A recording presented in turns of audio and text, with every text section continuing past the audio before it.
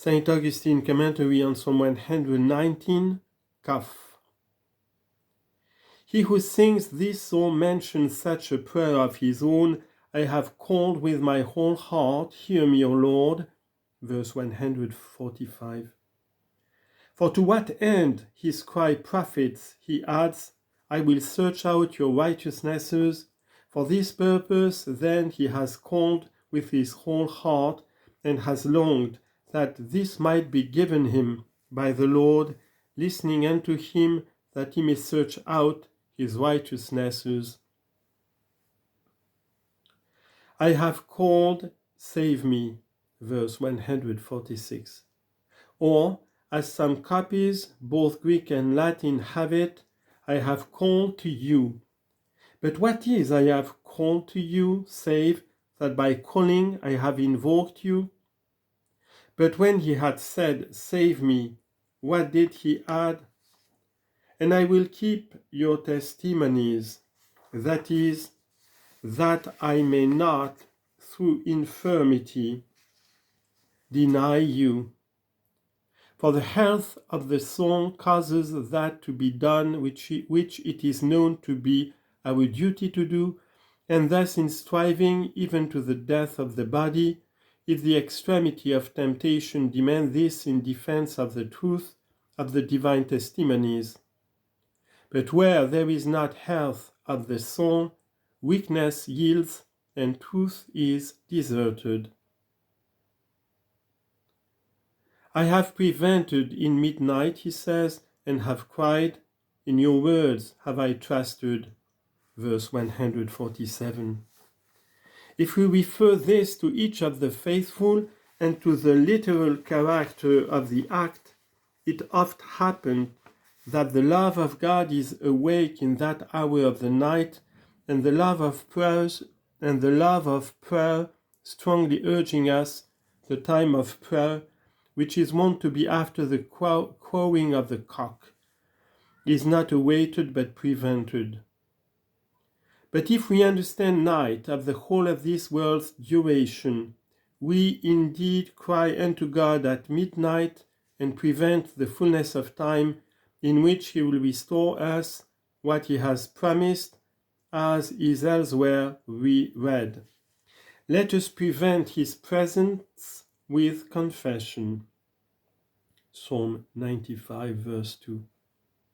Although, if we choose to understand the unripe season of this night, before the fullness of time had come, Galatians 4:4, that is, the ripe season when Christ should be manifested in the flesh, neither was the church then silent, but preventing this fullness of time, in prophecy cried out, and trusted in the words of God, who was able to do what he promised, that in the seed of Abraham all nations should be blessed.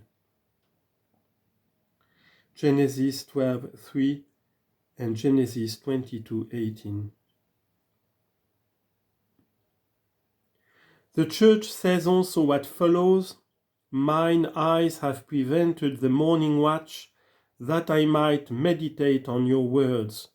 Verse 148. Let us suppose the morning to mean the season when a light arose for them that sat in the shadow of death. Isaiah 9:2. Did not the eyes of the church prevent this morning watch in those saints who before were on earth, because they foresaw beforehand that this would come to pass, so that they meditated on the words of God, which then were, and announced these things to be destined in the law and the prophets? Hear my voice, O Lord, according to your loving mercy, and quicken you me according to your judgment. Verse 149. For first God, according to his loving mercy, takes away punishment from sinners, and will give them life afterwards, when righteous, according to his judgment, for it is not without a meaning that it is said unto him, my song shall be of mercy and judgment unto you, O Lord. Psalm 101 verse 1. In this order of the terms, although the season of mercy itself be not without judgment, whereof the Apostle says, if we would judge ourselves, we should not be judged of the Lord. 1 Corinthians 11:31. And the final season of judgment shall not be without mercy, since, as the Psalm says, he crowns you with mercy and loving kindness. But judgment shall be without mercy, but unto those on the left who have not dealt mercy. James 2:13. They draw nigh that of malice persecute me, as some copies read, maliciously. Verse 150. Then they that persecute draw nigh, when they go the length of torturing and destroying the flesh, whence the 21st Psalm, wherein the Lord's passion is prophesied, says, O go not from me, for trouble is hard at hand. Psalm 22 verse 11.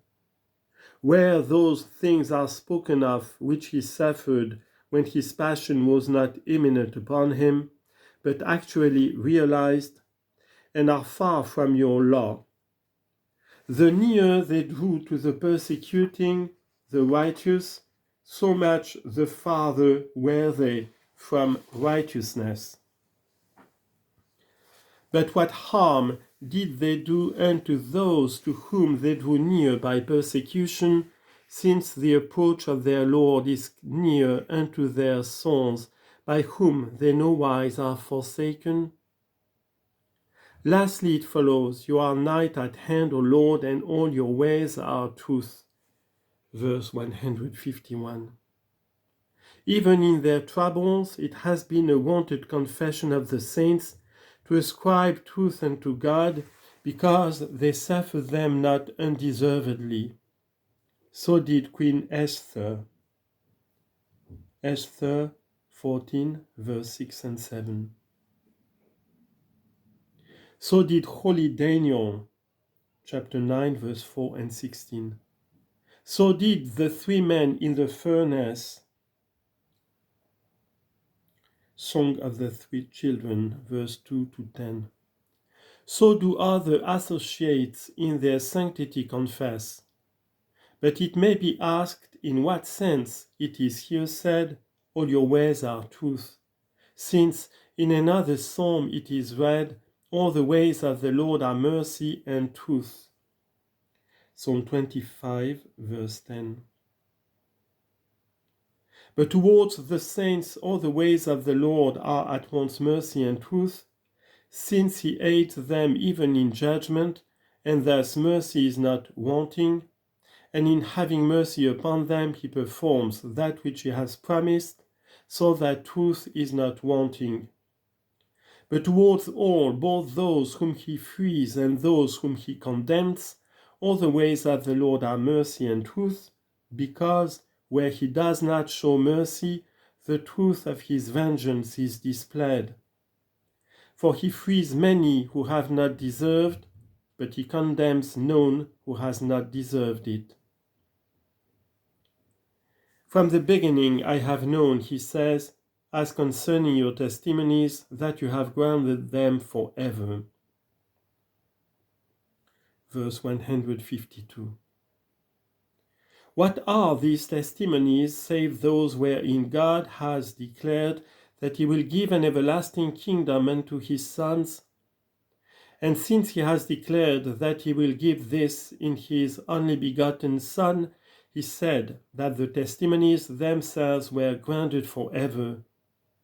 For that which God has promised through them was everlasting. And for this reason the words, you have granted them, are rightly thus understood, because they are shown to be true in Christ. 1 Corinthians 3:11. Whence then did the psalmist know this in the beginning, save because the church speaks, which was not wanting to the earth from the commencement of the human race, the first fruits whereof was the holy Abel, himself sacrificed in testimony of the future blood of the mediator that should be shed by a wicked brother. Genesis 4:8. For this also was at the beginning, the two shall be one flesh.